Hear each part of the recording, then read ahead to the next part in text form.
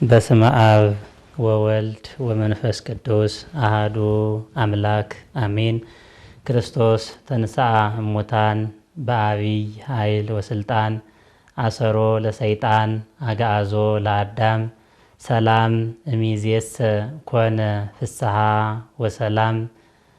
ሞትን በሞቱ ገድሎ ሙስና መቃብርን አጥፍቶ ከሙታን መካከል በራሱ ኃይልና ስልጣን የተነሳው አምላካችን እግዚአብሔር ክብርና ምስጋና ለስሙ ይሁንና የተወደዳችሁና የተከበራችሁ በሀገር ውስጥና በውጭ ሀገር የምትኖሩ ኦርቶዶክሳውያን ክርስቲያኖች የተዋሕዶ ልጆች እንኳን ለእመቤታችን ለቅድስት ድንግል ማርያም የልደቷ ዓመታዊ መታሰቢያ በዓል በሰላም በፍቅር በሕይወት በጤና አደረሰን አደረሳችሁ።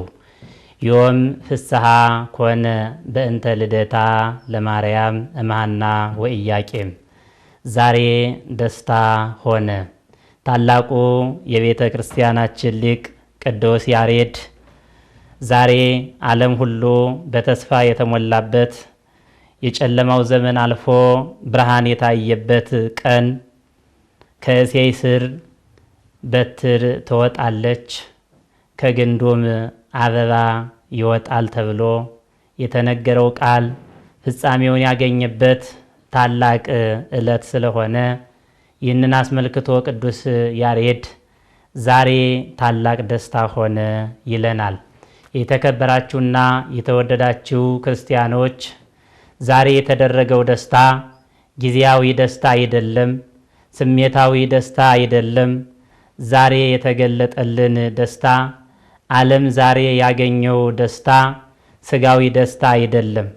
ዘላለማዊ ደስታ፣ አእምሮአዊ ደስታ፣ መንፈሳዊ ደስታ ነው። በዚህ ደስታ ሐናና ኢያቄም ብቻ የተደሰቱ አይደለም።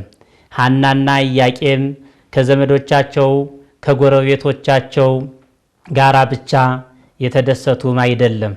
የዛሬው ደስታ ለዓለም ሁሉ የተሰጠ ደስታ ነው። በዚህ በዛሬው ደስታ ዓለም በአጠቃላይ ተደስቷል። በልደትኪ ተፈስሐ ኩሉ ዓለም ብሎ ቅዱስ ያሬድ እንደገለጸው እመቤታችን ቅድስት ድንግል ማርያም በመወለዷ ዓለም በሙሉ ደስታን አግኝቷል፣ ተደስቷል። በዚህ ደስታ ዓለም ስንል የሰው ልጆች ማለታችን ነውና በሰው ምድር ላይ ያሉ የሰው ልጆች ብቻ የተደሰቱ አይደለም። መላእክትም በዚህ ደስታ ተደስተዋል። አምላካችን እግዚአብሔር ቀደም ሲል እመቤታችን ቅድስት ድንግል ማርያምን በቅዱስ ሚካኤል ክንፍ ላይ ስሎ ለቅዱሳን መላእክት አሳይቷቸው ነበር። ቅዱሳን መላእክት በስዕል ያዩአትን ድንግል ማርያምን በአካል አይተዋት በአካል አግኝተዋት ደስ መሰኘት ይፈልጉ ነበርና በዛሬው ዕለት እናታችን ቅድስት ድንግል ማርያም ከሐናና ከኢያቄም በሊባኖስ ተራራ በዋሻ ውስጥ ስትወለድ ቅዱሳን መላእክትም ተደስተዋል። በሰማይ ቅዱሳን መላእክት ተደስተዋል። በምድር የሰው ልጆች ደቂቀ አዳም ተደስተዋል። እነዚህም ብቻ አይደለም፣ በሲኦል ያሉ የጻድቃን ነፍሳት ሁሉ ተደስተዋል። በእመቤታችን በቅድስት ድንግል ማርያም ደስታ ያልተደሰተ አንድም ፍጡር የለም። ምናልባት ያልተደሰተም ካለ ዓለም ከተባለ ዲያብሎስና የእርሱ ሰራዊት ብቻ ናቸውና አዳም ከነ ልጅ ልጆቹ ነፃ የሚወጣበት ጊዜ ስለደረሰ ከሞት ወደ ሕይወት ከሐሳር ወደ ክብር ከገነት ከሲኦል ወደ ገነት የሚመለስበት ከዲያብሎስ ባርነት ነፃ የሚወጣበት ቀኑ ስለደረሰ ዲያብሎስ ከፍቶታል እንጂ ፍጥረት ሁሉ ደስ የተሰኘበት ዕለት መቼ ነው ከተባለ በዛሬው ዕለት እመቤታችን ቅድስት ድንግል ማርያም በተወለደችበት ዕለት ነው። ይህንን ዕለት በደስታ እናከብረዋለን። ነቢየ እግዚአብሔር ቅዱስ ዳዊት በዓላትን በደስታ ማክበር እንዳለብን በመዝሙሩ መዝሙር 117 ቁጥር 27 ላይ ግበሩ በዓለ በትፍሲት በዓልን በደስታ አድርጎ ደስ እያላችሁ በምስጋና በዝማሬ በማህሌት በቅዳሴ በትምህርተ ወንጌል ሆናችሁ እግዚአብሔርን ቃል እየሰማችሁ በዓልን አድርጉ ብሎናል። ዛዲያ በደስታ ከሚከበሩት በዓላት መካከል አንዱ የእመቤታችን የቅድስት ድንግል ማርያም የልደቷ በዓል ነው። ቅዱስ ያሬድ እንደነገረን ዮም ፍስሐ ኮነ በእንተ ልደታ ለማርያም እምሃና ወኢያቄም፣ ከሐናና ከኢያቄም እመቤታችን ቅድስት ድንግል ማርያም በመወለዷ ምክንያት ዛሬ ደስታ ሆነ። ከመ ትቤዙ ነቢያተ ወጻድቃነ፣ ነቢያትን ጻድቃንን ትታደግ ዘንድ አማን ተወልደት እመብርሃን፣ በእውነት የብርሃን እናት እመቤታችን ቅድስት ድንግል ማርያም ዛሬ ተወለደች አለ። ዛሬ የብርሃን እናት ብርሃን ዘበአማን ዘያበር ለኩሉ ሰብ፣ ለሰው ሁሉ እውቀትን የሚገልጽ እውነተኛው ብርሃን የእሱ እናት የተወለደችበት የእመቤታችን የቅድስት ድንግል ማርያም የልደት በዓል ነውና ይህንን በዓል በሰላም በፍቅር በሕይወት በጤና ሆነን ደስ ብሎን እናከብረዋለን ማለት ነው። ክርስቲያኖች እዚህ በመነሳት በዛሬው ዕለት ሁለት ነገሮችን እናስባለን ይህንን በዓል ስናከብር። አንደኛው ይህንን በዓል በደስታ ሆነን ማክበር እንዳለብን ሲሆን፣ ሁለተኛው ደግሞ እንዴት ማክበር አለብን የሚሉትን እንመለከታለን። እንግዲህ አንደኛው ይህ በዓል የሚከበረው በደስታ ነው። በደስታ ሆነን የእመቤታችን የቅድስት ድንግል ማርያምን በዓል እናከብራለን። ለምን ከተባለ በደስታ የምናከብርበት ምክንያት አንደኛው የአዳም ተስፋ ሊፈጸም መሰረት የተጣለበት ዕለት ስለሆነ ይህንን በዓል በደስታ እናከብራለን። እንደሚታወቀው አዳም አባታችን ምክረ ከይሲን ሰምቶ አምላክነትን ሽቶ ዕፀ በለስን በልቶ ከፈጣሪው ጋር ተጣልቶ ከገነት ወጥቶ በምድረ ፋይድ ይኖር ነበር። በዚህ ሲኖር አዳም እግዚአብሔርን ያህል ጌታ፣ ገነትን ያህል ቦታ፣ ልጅነትን ያህል ክብር አጣው ብሎ ያዝን ያለቅስ ነበረ። ከዕለታት በአንድ ቀን በሐዘን በልቅሶ ሆኖ ያቀረበውን መሥዋዕት አምላካችን እግዚአብሔር ተቀብሎ በሐሙስ ዕለት ወመንፈቃ ለዕለት እትወለድ ሞለት ተወለትከ ወድህክ ውስተ መርህብከ ወትቤዘወከ በመስቀሌ ወበሞቴ 5 ቀን ተኩል ሲፈጸም ከልጅ ልጅህ ተወልጄ አድንሃለሁ ብሎ ቃል ኪዳን ገብቶለት ተስፋ ሰጥቶት ነበር። አባ ሕርያቆስ እንደነገረን አንቲ ውእቱ ተስፋው ለአዳም አመ ይሰደድም ገነት፣ አዳም ከገነት በተሰደደ ጊዜ ተስፋው አንቺ ነሽ እንዳለ ይህች ቃል ከልጅ ልጅ ተወልጄ አድንሃለሁ ብሎ አምላካችን እግዚአብሔር ለአዳም የነገረው ከእመቤታችን ከቅድስት ድንግል ማርያም ተወልዶ እንደሚያድነው ሲነግረው ነው። ይህ 5500 ዘመን ሲፈጸም አምላካችን መድኃኒታችን ኢየሱስ ክርስቶስ የገባለትን ቃል ኪዳን መፈጸም ግድ ይሆናል። ምክንያቱም የአምላካችን ቃል ረዘመ ብለው የማያሳጥሩት፣ አጠረ ብለው የማያስረዝሙት፣ የማይለወጥ የማይሻር የማይቀየር የማይሻሻል ቃል ነው። ወእሙን እግዚአብሔር በኩሉ ቃሉ ብሎ ነቢየ እግዚአብሔር ቅዱስ ዳዊት እንደተናገረን እግዚአብሔር በቃሉ የታመነ ነው። የማያደርገውን አይናገርም፣ የተናገረውንም አያስቀርምና ይህንን የአዳም ተስፋ ለመፈጸም ጊዜው ሲደርስ አምላካችን መድኃኒታችን ኢየሱስ ክርስቶስ የሚወለድበት ቀን ሲቀርብ አስቀድማ ድንግል ማርያም መወለዷ አስፈላጊ ነውና እመቤታችን ቅድስት ድንግል ማርያም አስቀድማ ተወልዳለች ማለት ነው። ስለዚህ የእመቤታችን የቅድስት ድንግል ማርያም መወለድ የጨለማው ዘመን አልፎ የብርሃኑ ዘመን እንደሚመጣ ያ ሌሊቱ አልፎ ቀኑ እንደሚተካ የምንረዳባት የምናውቅባት የንጋት ኮከብ ናት ማለት ነው። በጨለማ ውስጥ የሚጓዝ ሰው የንጋት ኮከብ በወጣ ጊዜ ጨለማው አልፎ ብርሃኑ እንደሚተካ፣ ሌሊቱ አልፎ ቀኑ እንደሚመጣ፣ ፀሐዩም እንደሚወጣ ያምናል፣ ይረዳል። በምን ከተባለ በንጋቱ ኮከብ። ይህች እመቤታችን ቅድስት ድንግል ማርያም ደግሞ የንጋት ኮከብ ናት። ፀሐየ ጽድቅ ኢየሱስ ክርስቶስ ከእርሷ ከመወለዱ አስቀድሞ የወጣች የንጋት ኮከብ ናት። ታዲያ ይህንን አይቶ በሰማይ ያሉ መላእክት፣ በምድር ያሉ የሰው ልጆች፣ በሲኦል ያሉ ነፍሳት ሁሉ እጅግ በጣም ደስ ተሰኝተዋል። ምክንያቱም የአዳም ተስፋ ሊፈጸም መሰረት የተጣለበት ዕለት ስለሆነ ይህንን የሰው ልጆች ከሞት ወደ ሕይወት፣ ከሐሳር ወደ ክብር፣ ከጨለማ ወደ ብርሃን፣ ከሲኦል ወደ ገነት፣ ከባርነት ወደ ነፃነት የሚሸጋገሩበት ጊዜው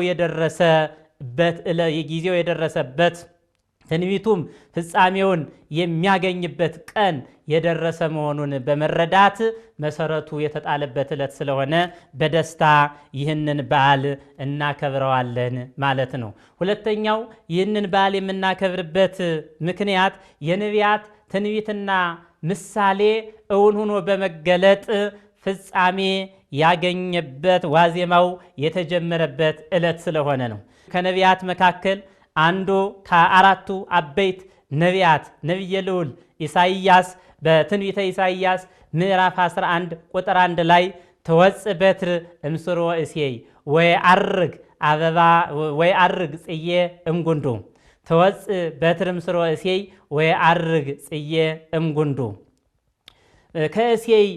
ከእሴይ ስር በትር ትወጣለች፣ አበባም ከግንዱ ይወጣል አለ። ከእሴይ ስር በትር ትወጣለች። እሴይ የዳዊት አባት ነው። ምን ማለት ነው? በትር የተባለች እመቤታችን ቅድስት ድንግል ማርያም ናት። በትረ ሃይማኖት ዘይትጸንን ብሎ ሊቁ ቅዱስ ኤፍሬም በውዳሴ ማርያም የገለጣት የቅዱሳን መጠጊያቸው፣ የሰው ልጆች ምርኩዛቸው፣ የደካሞች ምርኩዝ እመቤታችን ቅድስት ድንግል ማርያም ለተራቡት ምግብ፣ ለተጠሙት መጠጥ፣ ለመንገደኞች ስንቅ የሆነች ድንግል ማርያም አማላጃችን፣ ጽናታችን፣ ምርኩዛችን፣ ፈጥና የምትደርስልን፣ እንባችንን የምታብስልን ወላዲታ አምላክ ቅድስት ድንግል ማርያም ናት በትር ተብላ የተጠራችው። ይህች እናት እንደምትወለድ ከእርሷም አበባ የተባለው ክርስቶስ እንደሚወለድ ነቢየ እግዚአብሔር ቅዱስ ኢሳይያስ ተናግሯል። ይሄ ትንቢቱ ደግሞ እመቤታችን ቅድስት ድንግል ማርያም በተወለደችበት ሰዓት በዛሬው ዕለት ይሄ ትንቢት ተፈጸመ። ትወፅእ በትር እምስሮ እሴይ የተባለው ብሎ ነቢዩ ኢሳይያስ የተናገረው ትንቢት ነቢያት የሚናገሩት እግዚአብሔር የነገራቸውን መንፈስ ቅዱስ የገለጸላቸውን ነው። ነቢያት የሚናገሩት እውነት ነው። ጊዜው ሲደርስ መፈጸሙ ደግሞ ግድ ነውና ይኸው ጊዜው ሲደርስ ትንቢቱ ተፈጽሞ እመቤታችን ቅድስት ድንግል ማርያምን ተወልዳ በማየታችን እጅግ በጣም ከፍተኛ ደስታ ይሰማናል ማለት ነው። አምላካችን ወደ እኛ እንዲመጣ እኛም ወደ አምላካችን እንድንሄድ እርሱ እንዲቀርበን እኛም እንድንቀርበው ያደረገችን ምክንያት የሆነች ይህች መሰላል ድንግል ማርያም ናትና ድንግል ማርያም በያዕቆብ መሰላል ተመስላለች። ክርስቲያኖች አምላካችን ወደ እኛ ለመምጣት የእመቤታችን የቅድስት ድንግል ማርያም ሥጋ አስፈልጎታል። እኛ ደግሞ ዛሬ ወደ አምላካችን ለመድረስ የእመቤታችን የቅድስት ድንግል ማርያም አማላጅነት ያስፈልገናል። እርሱ እኛን ሊያድን ወደ እኛ ሲመጣ የቅድስት ድንግል ማርያም ንጽሕት ሥጋ አዳም በ7 ዓመት በገነት ሳለ የነበረችው ያች ሥጋ ያች ንጽሕት ዘር ተጠብቃ በነ ኖህ፣ በነ አብርሃም፣ በነ ይስሐቅ፣ በነ ያዕቆብ፣ በነ ዳዊት፣ በነ ሶሎሞን ንጻ ጠባይ ሳያድፍባት መርገመ ሥጋ መርገመ ነፍስ ሳያገኛት ተጠብቃ መጥታ ከሐናና ከኢያቄም ላይ አርፋ እንደተወለደች እመቤታችን ቅድስት ድንግል ማርያም እርሱ ደግሞ እኛን ለማዳን የእመቤታችንን ሥጋ እንደፈለገ እንደተዋሃደ እኛ ወደ እርሱ ለመድረስ የእመቤታችን የቅድስት ድንግል ማርያም አማላጅነት የግድ ያስፈልገናል። እነሆ ነቢያቱ እነ ኤልሳ በልዑክት መስለዋታል። ያቺ ኤልሳ ልዑክት መራራው የጠፈጠባት ናት። መራራ ሕይወታችን የሚጣፍጥባት ዛሬም እመቤታችን ቅድስት ድንግል ማርያም ናት። በኤልያስ መሶበ ወርቅ ተመስላለች። የኤልያስ መሶበ ወርቅ መናን ይዛ ኤልያስን አጥግባለች፣ ረሃቡን አስታግሳለች። ዛሬም ብንራብ የምንጠግብባት፣ ብንጠማ ጠጥተን የምንረካባት፣ ብንራቆት የምንለብስባት የጽድቅ ልብሳችን እመቤታችን ቅድስት ድንግል ማርያም ናት። እርሷ የተወለደችበት ምሳሌዋ የተፈጸመበት ዕለት ነውና ይህንን በደስታ እናከብራለን። ይህም ብቻ አይደለም ክርስቲያኖች፣ እነ ጌዴዎን በጸምር መስለዋታል። እነ ሚልክያስም ሌሎቹም ነቢያት በተለያየ ምሳሌ መስለዋል እና የነቢያት ትንቢትና ምሳሌ እውን ሆኖ የተገለጠበት ዋዜማው የተጀመረበት ፍጻሜውን ያገኘበት ዕለት ስለሆነ ይህንን በዓል በደስታ እናከብረዋለን። የአምላክ እናት ስትወለድ ዓለሙ ሁሉ ደስ ብሎታል። መላእክት ሁሉ ደስ ብሏቸዋል። ቅዱስ ዮሐንስ ይህንን ያህል ብዙዎቹ በቅዱስ ዮሐንስ ልደት ከተደሰቱ በእመቤታችን በቅድስት ድንግል ማርያም ልደት የተደሰቱት ደግሞ እጅግ በጣም ብዙዎች ናቸው። ስለዚህ ይህንን ልደት በምን እናከብረዋለን ከተባለ በደስታ እናከብረዋለን። ታውቃላችሁ፣ የነገስታት ልጆች የባለጸጋ ልጆች ሲወለዱ ልደታቸውም ሲከበርላቸው በብዙ ነገር ብዙ ዝግጅት ተዘጋጅቶ ብዙ ሰዎች ተጠርቶ ብዙ ደስታ ተድላ በማድረግ ይከበራል። የእመቤታችን ልደትማ ከነገስታት ልጆች በላይ ከባለጸጎች ልጆች በላይ እንዴት አይከበር? እርሷ የአምላክ እናት፣ የመመኪያችን ዘውድ፣ የንጽህናችን መሰረት፣ የደህንነታችን መጀመሪያ እርሷ ናት። ገነት በእርሷ ምክንያት የተከፈተው በእንተ ሔዋን ተአጽሖተ ገነት ወበእንተ ማርያም ድንግል ተረወለነ። በሔዋን ምክንያት የገነት ደጅ ተዘጋ፣ በድንግል ማርያም ምክንያት ደግሞ ተከፈተልን ተብሎ የተነገረላት ምክንያተ ድኂን የሆነች ድንግል ማርያም የደም ሥራችን፣ የሕይወት እስትንፋሳችን፣ የኑሮ ዋስትናችን የሆነች የቅድስት ድንግል ማርያም ልደት ሲከበርማ እንዴት በደስታ አናከብር? የተወለደችው የአምላክ እናት ናት። የአምላክን እናት ማክበር ደግሞ አምላክን ማክበር ነው። እናትን ልቆ እናትን ንቆ እናትን አቃሎ ልጅን ማክበር ክብር ሊባል አይቻልምና በእውነት ክርስቲያኖች። ስለዚህ እመቤታችን ቅድስት ድንግል ማርያም የተወለደችበት ዕለት ስለሆነ የአምላክ እናት የተወለደችበት ስለሆነ ይህንን እናከብራለን፣ በደስታ እናከብራለን ማለት ነው። አራተኛው የእኛም እናት ስለሆነች ልደቷን እናከብራለን። የአምላክ እናት በስጋ የእኛ እናት በጸጋ ስለሆነች በዮሐንስ ወንጌል ምዕራፍ 19 ቁጥር 26 ላይ ድንግል ማርያም በዮሐንስ አማካኝነት እነሆ ልጅሽ እነኋት እናትህ ብሎ ለቅዱስ ዮሐንስ እሱን ለሷ አስረክቧል። በመስቀል ላይ ሆኖ አምላካችን እግዚአብሔር ፍቅሩን ገልጾልናል። በዮሐንስ አማካኝነት እኛን ለእርሷ ሰጥቷል። እርሷን ደግሞ በዮሐንስ አማካኝነት ለእኛ ሰጥቷል።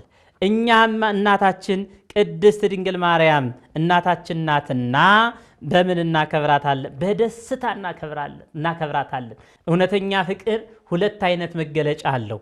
አንዱ የእኛን ደስታ በሰው ልቡና ውስጥ ማግኘት ስንችል ያን የእውነተኛ ፍቅር በልባችን ውስጥ አለ ማለት ነው። ምን ማለት ነው? ለእኔ እንዲደረግልኝ የሚፈልገው ለጓደኛዬ፣ ለባልንጀራዬ፣ ለጎረቤቴ፣ ለቤተሰቤ ወይም ለሌላ ሰው ተደርጎለት አይቼ የምደሰት ከሆነ ለአንተ የተደረገልህ መልካም ነው፣ እኔ የምፈልገው ይህንን ነበር፣ እንኳን ተደረገልህ ብዬ በሱ ደስታን የምደሰት ከሆነ እውነተኛ ፍቅር በልቤ ውስጥ አለ ማለት ነው። በተቃራኒው ግን እኔ የምፈልገውን ስራ እንዴት አንተ አገኘኸው? እኔ የምፈልገውን እድገት እንዴት አንተ ተረከብከው? ለእኔ የሚገባው ለአንተ እንዴት ተደረገ ብለን በቅናት በምቀኝነት የምንነሳሳ ከሆነ እውነተኛ ፍቅር በልባችን ውስጥ የለም ማለት ነው። ሁለተኛው የእውነተኛ ፍቅር መገለጫ የሰውን ሐዘን በልቦናችን ውስጥ ማግኘት ስንችል ነው። ምን ማለት ነው? ሰዎች ድንገት አደጋ ደርሶባቸው አይተን አዝነው ምርር ብለው ተከፍተው ስንመለከት ውይ እንዴት ይሄ ደረሰብህ ሐዘና ሐዘኔ ነው መከራህ መከራዬ ነው እንዴት እንወጣው መፍትሄውን እንዴት እንፈልግ አብረን እንሻገራለን አይዞህ ብለን የምናበረታታ ችግሩን ሐዘኑን መከራውን ተረድተን የአይዞህ የምንለው የምናግዘው የምናበረታታው ቀድመን የምንደርስለት ከሆነ ትክክለኛ ፍቅር በልባችን አለ ማለት ነው። ያ ሰው አዝኖ ተመልክተ ነው ግን ሰይ ይበለው እንኳን አገኘው እኔ የምፈልገው እንዲህ እንዲሆን እንዲወድቅ እንዲዋረድ እንዲያለቅስ እንዲያዝን ልቡ እንዲሰበር ነበር ይኸው ጸሎት የደረሰ ብለን በሰው ውድቀት ደስ የሚለን በሰው ክስረት እኛ የምንደሰት ከሆነ ግን የሰውን ውርደት አይተን እኛ የከበርን የሚመስለን ሰዎች ካለን ግን ክርስቲያኖች እውነተኛ ፍቅር በልባችን የለም ማለት ነው። ስለዚህ ምን ልላችሁ ፈልጌ ነው እናታችን ቅድስት ድንግል ማርያም በሐዘናችን የምታዝን በደስታችን ደግሞ የምትደሰት ለኛ በተደረገው ነገር ሁሉ እሷ ደስ ይላታል። እኛ ላይ የሚገጥመን ፈተና እኛን ሲያማርረን ደግሞ የሐዘናችንን ሐዘን አድርጋ ታዝንና የምታማልደን ድንግል ማርያም የተወለደችበት ይህች እናት የተወለደችበት ዕለት እውነተኛ ፍቅርን ያስተማረችን እውነተኛ ፍቅርን የምትሰጠን እናት የተወለደችበት ዕለት ስለሆነ በደስታውን እናከብራለን ማለት ነው። ሌላኛው እንግዲህ አምስተኛው አንገታቸውን ደፍተው የኖሩ አንገታቸውን ይህን በዓል በደስታ የምናከብርበት ምክንያት አንገታቸውን ደፍተው የኖሩ አንገታቸውን ቀና አድርገው መኖር የቻሉበት ዕለት ስለሆነ ነው። ለጊዜው ሐናና ኢያቄም ልጅ በማጣታቸው ምክንያት በጎረቤት በዘመድ በባዕድም እነዚህ እግዚአብሔር ያልባረካቸው እግዚአብሔር ጸጋውን ያላለበሳቸው ስለሆነ ነው ልጅ ያጡት ተብለው ይሰደቡ ይሽሟጠጡ ብዙ ነገር ይደርስባቸው ነበረ። በኋላ ግን እመቤታችን ቅድስት ድንግል ማርያምን ሲወልዱ ያውም የድህነታችን መመኪያ የሆነችውን ወላዲተ አምላክ ቅድስት ድንግል ማርያምን የድንግል ማርያም የድህነታችን መመኪያ ለመሆኗ በሐና ማኅፀን ጀምራ ዕውራንን ስትፈውስ ሙታንን ዕውራንን ስታበራ ሙታንን ስታስነሳ ድውያንን ስትፈውስ በማህፀኗ እያለች ታላላቅ ታምራትን እያደረገች ስትወለድ ሐናና ኢያቄም ተደስተዋል። ስድባቸው ርቆላቸዋል። ሐዘናቸው ተወግዶላቸዋል። በመከራቸው ፋንታ ደስታን አግኝተዋል። ፍጻሜው ግን እመቤታችን ቅድስት ድንግል ማርያም በእመቤታችን ቅድስት ድንግል ማርያም መወለድ ዓለም ሁሉ ተደስቷል። ከዚያ በፊት 5500 ዘመን የሰው ልጅ ሁሉ አንገቱን ደፍቶ ይኖር ነበር። ድንግል ማርያም በተወለደች ሰዓት ግን አንገቱን ቀና አድርጎ መኖር ችሏል። ስለዚህ ድንግል ማርያም አንገታችን ቀና አድርገን እንድንኖር እንዳናዝን እንዳንተክዝ ያደረገችን እናት ናትና እርሷ በመወለዷ እጅግ ሁላችንም ደስ ይለናል። በእመቤታችን አንገታቸውን ደፍተው ይኖሩ የነበሩ የሰው ልጆች በእመቤታችን አማካኝነት ነፃ ወጥተው የሚኖሩ ሆነዋልና ታላቅ ደስታ ነው። በዛሬው ዕለት ይህንን ዕለት በደስታ እናከብረዋለን ማለት ነው። ምን ይላል ሊቁ ቅዱስ ያሬድ ስለ እናታችን ስለ ቅድስት ሐናና ስለ ቅዱስ ኢያቄም ክልኤቱ አይሩግ አመ በከዩ ብካየ ሁለቱ አይሩግ በፈጽመው ባዘኑ ጊዜ ረከቡ ወለተ ዘታስተሰሪ ጌጋየ በደልን ይቅር የምታስብል ልጅን አገኙ። ለወንጌላውያን ኩልነ ዘኮነተነ ምስካየ በሐዲስ ኪዳን ለምንኖር ለኛ መጠጊያ የሆነችን ድንግል ማርያምን አገኙ። ኢያቄም ወሐና ወለዱ ሰማየ ኢያቄምና ሐና ሰማይን ወለዱ። ወሰማዮሙኒ አስረቀ ፀሐየ ሰማያቸውም ፀሐይን አወጣች በማለት ነግሮናል፣ አስተምሮናል። መሰረታቲያ ውስተ አድባር ቅዱሳን ተብሎ መሰረቶቿ የተቀደሱ ተራሮች ናቸው ተብለው ከተነገሩላት ከሐናና ከኢያቄም እመቤታችን ቅድስት ድንግል ማርያም የተወለደችበት ዕለት ነውና ይህንን ዕለት በደስታ እናከብረዋለን። እንዴት ማክበር አለብን ከተባለ አንደኛ ይህንን ዕለት በምስጋና ማክበር አለብን። ይህ በዓል የምስጋና በዓል ነውና በምስጋና ማክበር ወደ ቅድስት ቤተ ክርስቲያን ሂደን የቻልን ከማህሌቱ ጋራ ከሊቃውንቱ በማህሌት በድንግል ማርያምን እያመሰገንን ዮም ፍስሐ ኮነ በእንተ ልደታ ለማርያም ቅዱስ ያሬድ እንደተናገረው በምልጣኑ ይህንን እያልን በማህሌቱ ነን ማክበር አለብን በዓሉን። ሊቃውንቱ በማህሌቱ፣ ምእመናኑ ኪዳኑን በማስደረስ ቅዳሴውን በማስቀደስ ትምህርተ ወንጌልን በመማር ዝማሬውን በመዘመር በምስጋና ሆነን አንደኛው ይህንን በዓል ማክበር መቻል አለብን። ሁለተኛው ይህንን በዓል ስናከብር የእመቤታችን የቅድስት ድንግል ማርያምን የሕይወቷን ታሪክ በመማር ማክበር መቻል አለብን። እንዲያው ልደታ ናት ዛሬ ብለን መብላት መጠጣት መጨፈር ሳይሆን ዛሬ ድንግል ማርያም ከማን ተወለደች? እንዴት ተወለደች? የሐናና የኢያቄም ትዕግስታቸው ለኛ ምን ያስተምረናል? ሐናና ኢያቄም ድንግል ማርያምን በጾም በጸሎት ተወስነው በስዕለት እንዴት እንዳገኟት ከዚያ በፊት የነበረው ሕይወታቸውን በደንብ በማጥናት ታሪካቸውን በመማር እመቤታችን ቅድስት ድንግል ማርያምም ስትወለድ ለሰው ልጆች የታደለውን ጸጋ በማሰብ የድንግል ማርያምን ታሪክ የእናት አባቷንም ታሪክ እየተማርን በቅድስት ቤተክርስቲያን ተሰባስበን ማክበር አለብን። ሶስተኛው በምጽዋትና በፍቅር ሆነን ይህንን በዓል ማክበር አለብን። እናውቃለን ምጽዋት የኃጢአትን በደል ይሸፍናል። ስለዚህ በዚህ ዕለት የቻልነውን ያህል የተራቡትን በማብላት የተጠሙትን በማጠጣት የታረዙትን በማልበስ ምንችለውን ያህል አስተዋጽኦ በማድረግ ይህንን በዓል በፍቅር ሆነን ያለ መጣላት በአንድነት ሆነን ያለ መለያየት ይህንን በዓል ማክበር መቻል አለብን። አራተኛው በበረከት ስራ በዝክር የበረከት ስራ በመስራት ወይም ደግሞ ስሟን እየጠራን ዝክር በመዘከር ስለ እመቤታችን ቅድስት ድንግል ማርያም ስለ ልደታ ለማርያም ብለን የምንችለውን ነገር በማድረግ ስሟን እየጠራን ዝክሯን እየዘከርን ይህንን በዓል ማክበር መቻል አለብን። ከዚህ ውጭ ግን ያለ ልክ በመብላት ያለ ልክ በመጠጣት ያለ ልክ በመጨፈር ዳቦ ወስዶ ሜዳ ላይ በመጣል ንፍሮ በየቦታው በመበተን ሌላውንም ነገር ባህር ላይ በመጣል በጣም ብዙ ባህላዊ ነገሮች አሉ።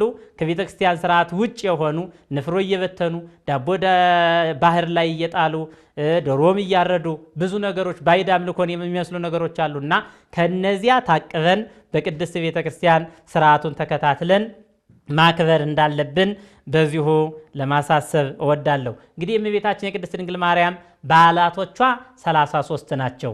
አንድ ባህታዊ በጾም በጸሎት ተወስኖ ከባለሟልነቱ የተነሳ እመቤታችን ቅድስት ድንግል ማርያምን ከበዓላቶችሽ ሁሉ ማንን ትወጃለሽ ሲላት አራቱን ጠቅሳ ነገረችው።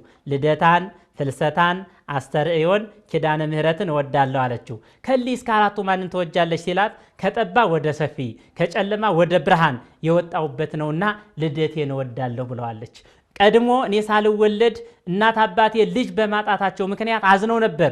የነሱ ሐዘን ሐዘኔ ነው። እኔን ከወለዱ በኋላ ደስ ብሏቸዋል። የነሱ ደስታ ግን ደስታዬ ነው ብላ እንደነገረችው ሁሉ የእመቤታችን የቅድስት ድንግል ማርያም ከ33ቱ በዓላት አራቱ ከአራቱ ደግሞ ልደቷን ድንግል ማርያም ተወዳለችና ልደቷን የሚያከብርላትን ሰው እጅግ በጣም ተወደዋለችና የተዋሕዶ ልጆች ኦርቶዶክሳውያን ሁላችሁ ከሥርዓተ ቤተ ክርስቲያን ውጭ በሆነ መልኩ አክብረን በረከትን እንዳናጣ በቅድስት ቤተ ክርስቲያን ሥርዓት መሰረት ይህንን በዓል ቤተ ክርስቲያን ላይ በመሰባሰብ በምስጋና የሕይወት ታሪኳን በመማር ቅዳሴውን በማስቀደስ ከኪዳኑ በመሳተፍ ቃለ ወንጌልን በመማር በዝማሬ በምጽዋት በፍቅር በአንድነት የበረከት ሥራ በመስራት ዝክሯን በመዘከር አክብረን በዓሏን በዚህ መልኩ በዚህ ሁኔታ አክብረን በረከትን እንድናገኝ